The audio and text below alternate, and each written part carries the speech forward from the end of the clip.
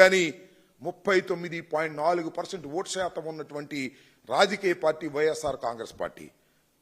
రాబోయే కాలంలో మీరే చూస్తారు.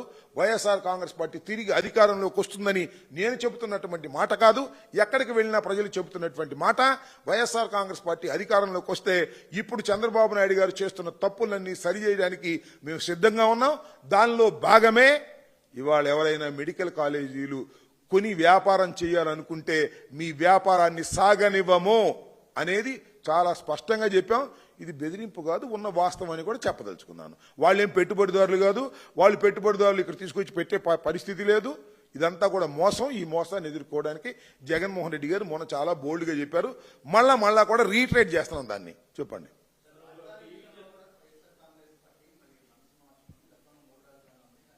మొన్న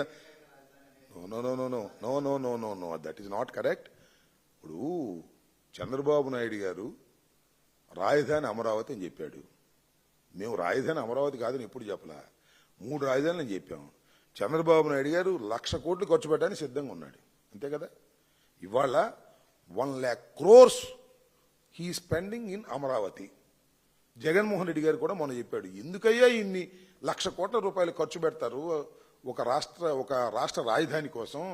ఈ గుంటూరు విజయవాడ మధ్యలో ఒక 500 ఎకరం తీసుకుంటే అయిపోతుంది కదా అని కదా చెప్పింది. ఆయనకి ఇచ్చినటువంటి అడ్వైజ్ ఇంత కావాలా, 1,00,000 కోట్లు, దానిలో 52,000 కోట్ల రూపాయలు అప్పు. మెడికల్ కాలేజీలేమో 500 కోట్ల రూపాయలతో పూర్తయ్యేటటువంటి మెడికల్ కాలేజీలేమో అమ్మేసుకుంటారు. అవసరం లేనటువంటి రాజధాని కోసం 1,00,000 ఎకరాలు సేకరిస్తారు. అవసరం లేని రాజధాని కోసమేమో 1,00,000 కోట్లు కుమ్మరిస్తారు. ఏంటంటే నాకు అర్థం కాలేదు. నేను ఇప్పుడు చెప్తున్నా రాజధాని నిర్మాణం ఏంటంటే నాకు అర్థం కాలేదు. You select the capital. Guntur select చేసుకుంటావా, నెల్లూరు సెలెక్ట్ చేసుకుంటావా, లేక అనంతపూర్ సెలెక్ట్ చేసుకుంటావా, వైజాగ్ సెలెక్ట్ చేసుకుంటావా, విజయవాడ సెలెక్ట్ చేసుకుంటావా, అంతే. రాజధాని నిర్మాణం ఏంటి నాకు అర్థం కాలేదు. రాజధాని సృష్టిస్తారా నాకు అర్థం కాలేదు. హైదరాబాద్ ఏమన్నా సృష్టించారా రాజధానిని? రాష్ట్రం విడిపోయినప్పుడు లేదా కలిసినప్పుడు, సంయుక్తంగా కలిసినప్పుడు కర్నూలు నుంచి రాజధానిని హైదరాబాద్కు షిఫ్ట్ చేశారు. హైదరాబాద్ ఏమైనా నిర్మించారేంటి అక్కడ? నాకు అర్థం కాలేదు. హైదరాబాద్ ఏమైనా నిర్మించలేదుగా. హైదరాబాద్ డెవలప్ అయిపోయింది, దట్స్ ఆల్. నువ్వు కూడా గుంటూరు విజయవాడ మధ్యలో నువ్వు రాజధాని పెడితే ఎవడు కదన్నాడు? దానికి 52,000 కోట్లు అప్ప, మళ్ళా 1,00,000 ఎకరాలు, మళ్ళా సేకరణ, మళ్ళా అప్పు కావాలా? అన్ని తీసుకొచ్చి ఎవరినెత్తిన పెడతావు నాకు అర్థం కాలేదు. ఆఫ్టర్ ఆల్ రాజధాని అంటే ఏంటి? ఆఫ్టర్ ఆల్ ఒక శాసనసభ, ఒక హైకోర్టు, ఒక సెక్రటేరియట్ అయిపోయా. ఆ చుట్టూరా డెవలప్మెంట్ జరిగిపోద్ది. ఏం సృష్టించారు చెప్పండి నాకు? హైదరాబాద్లో, బెంగళూరులో ఏం సృష్టించారు, మెడ్రాస్లో ఏం సృష్టించారు? ఇది పెద్ద మొగోడ వచ్చి సృష్టించడానికి నాకు అర్థం కాల. ఆకాశం నుంచి తీస్తాడు ఒక రాజధానిని. అమరావతి అంటే ఎక్కడ అమరావతి రాజధాని? ఎప్పుడు గయిద్ది? తీసుకొచ్చి పెద్ద గుంటలో పెట్టాడు. నీళ్లు దోడాల్సి వస్తుంది రోజును. వర్షం పడితే నీళ్ళు వెళ్ళవు. దానికి మళ్ళీ పెద్ద స్కీము, దానికి కొండవీటి వాగు నుంచి లిఫ్టు, దానికి చెరువులు. ఏంది? ఏమవుతుంది రాష్ట్రం? నాకు అర్థం కాలేదు. రాష్ట్రం ఇప్పటికే రాష్ట్రంలో వనరులు లేక ఇబ్బంది పడతా ఉంటే ఇంకా నువ్వేంతో సంపద సృష్టిస్తానని చెప్పేసి అప్పుడు సృష్టించేటువంటి కార్యక్రమం చేస్తున్నాడు. రాష్ట్రానికి పచ్చి ద్రోహం చేస్తున్నటువంటి వ్యక్తి నారా చంద్రబాబు నాయుడు గారని మరొకసారి ఘంటాపదంగా చెప్పదలుచుకున్నాం.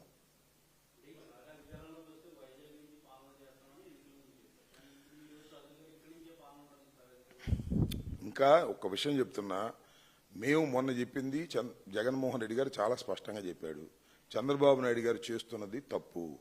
ఆయన చేయదలుచుకుంటే, సింగిల్ రాజధానిగా పెట్టదలుచుకుంటే గుంటూరు విజయవాడ మధ్యనే 500 ఎకరాల్లో నిర్మించవచ్చని సలహా ఇచ్చారు. మేము 3 రాజధానులని చెప్పాము. అన్ని ప్రాంతాలు మాకు సమానం అనే ఉద్దేశంతో మేము పార్టీ ఓడిపోయాము. ఇవాళ ఇంకా దాని మీద చర్చ జరగలేదు. మేము 3 రాజధానికే కట్టుబడి ఉంటామా లేకపోతే ఒక రాజధాని కట్టుబడి ఉంటామా అనేది చర్చ జరగలేదు. చర్చ జరిగిన తర్వాత నిర్ణయించుకుంటాం. అంటే మీరు అడుగుతున్నారంటే ఏంటి అర్థం? ఒకటి మాత్రం నాకు చాలా సంతోషంగా ఉంది. అదేంటంటే, ఏమండి మీరు అధికారంలోకి వస్తే ఏంటి పరిస్థితి అడుగుతున్నారు అన్ని చోట్లకి ఎక్కడికి వెళ్ళినా. అంటే మేము అధికారంలోకి వస్తున్నామనే విషయాన్ని ఆ ప్రశ్నించే వాళ్ళందరికీ అర్థమైపోయింది అనమాట. ఏది సంవత్సరం నిండి ఇంకా సంవత్సరం 6 మాసాలు కూడా కాల. మీరు అధికారంలోకి వస్తే ఏమండి ఈ మెడికల్ కాలేజ్ సంగతి ఏంటి అడుగుతున్నారు. మీరు అధికారంలోకి వస్తే అమరావతిలో ఉంటారా అడుగుతున్నారు. మీరు అధికారంలోకి వస్తే ఏంటి అని అడుగుతున్నారు. మేము అడగడమే కాదు, లోకేష్ కూడా చెబుతున్నాడు మేము ఆ ఊరు వెళ్ళామండి, అక్కడ జగన్మోహన్ రెడ్డి గారు అధికారంలోకి రావడానికి గ్యారంటీ ఏంటి అని అడుగుతున్నారంట. అందరికీ అనుమానం వచ్చేసింది, ఈ కూటమి ప్రభుత్వం 5 సంవత్సరాల తర్వాత ఉండేది కాదని, మళ్ళా జగన్మోహన్ రెడ్డి గారి అధికారంలోకి వస్తున్నారనేటువంటి భావన సర్వత్రా వినిపిస్తుందనే దానికి సంతోషం. అయితే ఈ రాజధాని అంశం మీద మేము పూర్వం తీసుకున్నటువంటి స్టాండ్ 3 ప్రాంతాలకి 3 పట్టణాల్లో ఈ రాజధాని డివైడ్ చేసి ఉండాలి అనేటువంటి అధికార వికేంద్రీకరణ భావించాం. ఆ తర్వాత ఓటమి పాలయ్యాం. దానివల్లే ఓటమి పాలయ్యామని కొంతమంది అంటారు, కాదు కొంతమంది అంటారు. వీటన్నిటి మీద సుదీర్ఘమైన చర్చ జరగాలి. ఆ చర్చ జరిగినప్పుడు వీటన్నిటికీ సమాధానం చెప్తాం. ఇవాళ ఎవరు చెప్పినా ఒకటి మాత్రం వాస్తవం, జగన్మోహన్ రెడ్డి గారు మొన్న చెప్పింది, చంద్రబాబు నాయుడు గారు చేస్తున్నటువంటి అతి దారుణమైన 1,00,000 ఎకరాలు 1,00,000 కోట్ల కన్నా అది కరెక్ట్ కాదు. 500 ఎకరాలతో రాజధానిని మీరు చేస్తే బాగుంటుందని ఒక సలహా ఇచ్చారు. ఆ సలహా మేము పాటించము, గంగలోనే దూగుతాము, లేదా కొండవీటి వాగులోనే దూగుతాము, లేదా ఈ గుంటలోనే రాజధాని పెడతాము, ఈ గుంటలోనే 1,000 కోట్లు 1,00,000 కోట్లు ఖర్చు పెడతామంటే ఆయన కర్మ. దానికి ప్రజలు బాధ్యత వహించాల్సిన పరిస్థితి. ఇవాళ లబోదిబం అంటున్నారండి అమరావతిలో ఉన్నటువంటి రైతాంగం. చంద్రబాబు నాయుడు గారికి ఓట్లు వేసినటువంటి రైతాంగం లబోదిబం అంటున్నారు. ఏంది కర్మ అని. 52,000 ఎకరాలు ఇస్తే దానికి దిక్కు లేదు, మళ్ళా 43,000 ఎకరాలు మేము ఎక్వైర్ చేస్తామని చెబుతున్నాడు. సిగ్గుశరం లేదని వాళ్ళే లబోదిబం అంటున్నారు. చంద్రబాబు నాయుడికి సంబంధించిన వాళ్ళేం వైసీపీ వాళ్ళు కాదు, వాళ్ళే లబోదిబం అంటున్నాడు. వాళ్ళ ఏడుపులు కొట్టుకుపోతాడు చంద్రబాబు నాయుడు, గుర్తుపెట్టుకోమని మనవి చేస్తున్నా. మొన్న ఏంటండి రాజధాని మునిగిందంటే అక్కడ రాజధాని మునిగిందంటే మేము ఒప్పుకుంటాం అన్నారు. ఎందుకు పాల్గొట్టారే? కొత్తగా వేశారుగా ఒక హైవేని, చూశారుగా మీరు హైవే కొత్తది. ఇక్కడ నుంచి నూజివీడు మన ఇబ్రహీంపట్నం దగ్గరికి వెళ్ళి అక్కడ నుంచి ఎయిర్పోర్ట్ దాకా వెళ్ళిద్ది.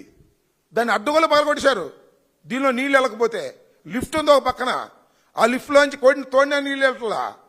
చివరికి హైవేని కొత్తగా వేసినటువంటి హైవేని పగలగొట్టి నీళ్లు పంపాల్సి వచ్చినటువంటి పరిస్థితులు ఉందంటే అమరావతి ఎంత లోతట్టు ప్రాంతమో నేను ప్రత్యేకంగా చెప్పాల్సిన అవసరం లేదు.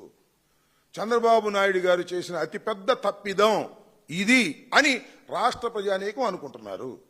అమరావతి పూర్తయ్యేది కాదు, ఈ 3.5 సంవత్సరాలు కాదు, 30 సంవత్సరాలైనా అమరావతి పూర్తి కాదు. అంత పెద్ద ప్రాజెక్ట్ పెట్టాడు చంద్రబాబు నాయుడు గారు. అది ఒక ఆదాయపు సోర్స్గా క్రియేట్ చేసుకున్నాడు. అప్పుడెప్పుడు మోడీ గారు అన్నాడే, పోలవరం ఇది ఏటీఎం అని, ఇది ఒక ఏటీఎం, అమరావతి ఒక ఏటీఎం. 52,000 కోట్ల అప్పులు తీసుకొచ్చాడు, టెండర్లు పిలిచాడు, దానిలో మొబిలైజేషన్ అడ్వాన్స్ ఇస్తాడు, దానిలో 8% వెనక్కి తీసుకుంటాడు, మళ్ళీ కొంత పర్సెంటేజ్ తీసుకుంటాడు. ఆయన వాళ్ళ అబ్బాయి సూట్ కేసు సర్దుకుంటారు, హైదరాబాద్ తీసుకుపోతారు. ఇదే పని. ఓకే, ఏంటండి